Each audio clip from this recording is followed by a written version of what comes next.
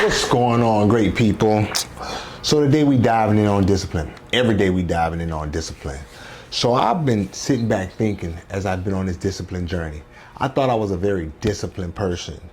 And ever since I've got into fasting to amplify my discipline and learning about the things to starve the flesh, right? And growing closer to Christ, I've realized I'm really not that disciplined, because there are other disciplines out there that's a harder task than just not eating food.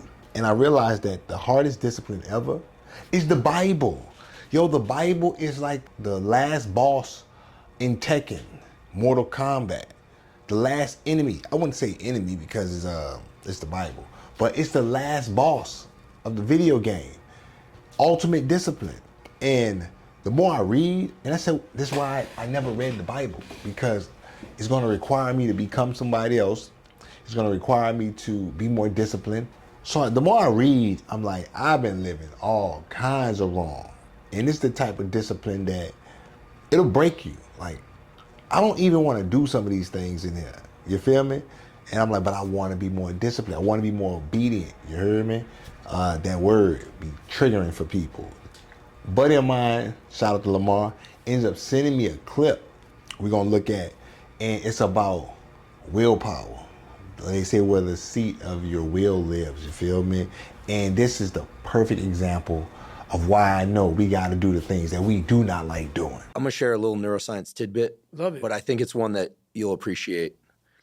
Most people don't know this, but there's a brain structure called the anterior mid-cingulate cortex. But what's interesting about this brain area is there are now a lot of data in humans, not some mouse study, showing that when people do something they don't want to do, like add 3 hours of exercise, or when people who are trying to diet and lose weight resist eating something. Right. When people do anything that they, and this is the important part, that they don't want to do. Right. It's not about adding more work, it's about adding more work that you don't want to do. Yes. This brain area gets bigger. So they say this part of your brain gets bigger by doing things that you do not want to do. And I don't want to fast. I do not like fasting. Fasting in the beginning was cool, and it was like something to talk about. It's like, oh, this dude went 20 days without eating. But now every time I think about fasting, I dread it. I don't want to do it. I don't want to go to another 30 days, 40 days without eating food. Like, I want to consume something. I want to eat with the family. I want to snack. I want to have a drink. I don't want to fast, but I have to fast because it's what I asked for. You know, getting closer to God. So I'm on a journey. Ain't no point to quit now. Same goes for people out there that's overweight, that's dealing with obesity, that's on medication, dealing with chronic disease. You don't want to work out. You don't want to eat healthy. You don't want to be in shape. Well, you want to be in shape, but you don't want to do the things to be in shape. You got to do them.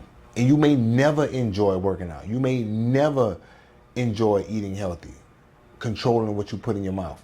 You may never enjoy these things, but if you do these things, you get great benefits. You'll start to chase things that you don't like doing to become a better version, to become more disciplined.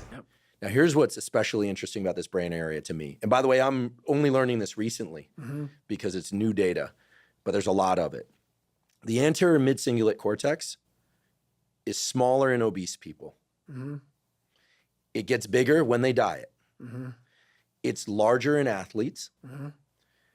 It's especially large or grows larger in people that see themselves as challenged and overcome some challenge. Right. Oh, come on. All right, boom, right there it is. We just talked about people that's dealing with chronic disease and overweight and obese. And it's smaller. This part of the brain is smaller in overweight and obese people. So, you know, that's a clear indicator, like, you need to be more active. And it grows larger when you do something challenging. Starting a business can be challenging, but you're doing it because you want the bread. You may not like doing it, but you're doing it because you want the bread. You feel me? So there's a reward on it. But a lot of things that we do, we don't really get a reward because it's delayed gratification. Like, I don't feel like going to run 6 miles when I go run, but I just do it because I just have to. It's a challenge because I don't want to do it. I just do it. You heard it. It's larger in athletes and even larger in people who put themselves through challenging experiences, right? Something to overcome, a challenge that you just got in front of you. So therefore, you gotta look at your health as a challenge to get on top of.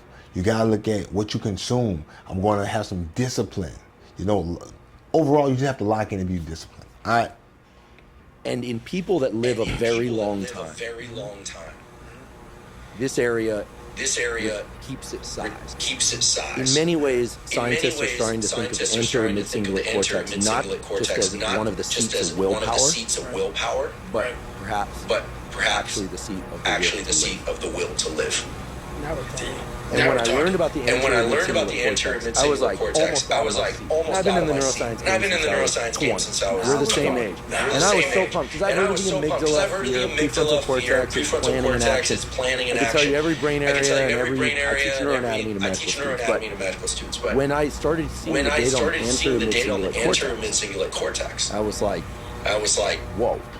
This is interesting. And all the data points to the fact that we can build this area up. But that as quickly as we build it up, if we don't continue to invest in things that are hard for us, that we don't want to do. That's the part that feels so Gauguin-esque that we don't want to do. Like if you love the ice bath, you go from 1 minute to 10 minutes. Your anterior mid-cingulate cortex. And that's it right there. I just said, we may not ever enjoy working out. I love working out. So working out really doesn't expand this part of the brain for me, but fasting does, because I do not like fasting. And being in a committed relationship, honoring my lady, you feel me, my family. Sometimes I want to wild out with the fellas. You know, my past sometimes want to pop up and be like, hey, you can wild out in these streets, everybody else doing it, but no, I want to be disciplined and committed. So therefore, me being committed is like, it's the right thing to do. It's the godly thing to do. Like I said, there's things in the Bible I do not want to do, you know, but I do it because I'm being obedient. I'm being disciplined. And even if I don't want to do it, you know, it's like, yo, I'm just putting myself through the ringer. You feel me? But I'm pleased with the outcome when I do it, you know? So having that will to live, like this, like I said, he said this area of the brain is like what he believed the seat of the will to live lives at. You know what I'm saying? So chronic disease, deteriorating your body, you feel me? Overindulgence in sex, alcohol, food does nothing for your longevity. You feel me? At least not the quality of life you're looking for. You know what I'm saying? So lock in and be, I was about to say like David Goggins, like that dude is on the extreme. David Goggins is on a whole nother level. You feel me? I think about discipline, I think of that guy. Like the things he's put his body through, his mindset through, is on another level. And I'm gonna tag the rest of this video, this YouTube video, in the comment section. And I highly recommend y'all check it out. I'll put the timestamp of where this conversation was had at. And it's next level. You feel me? And moving on, just with that,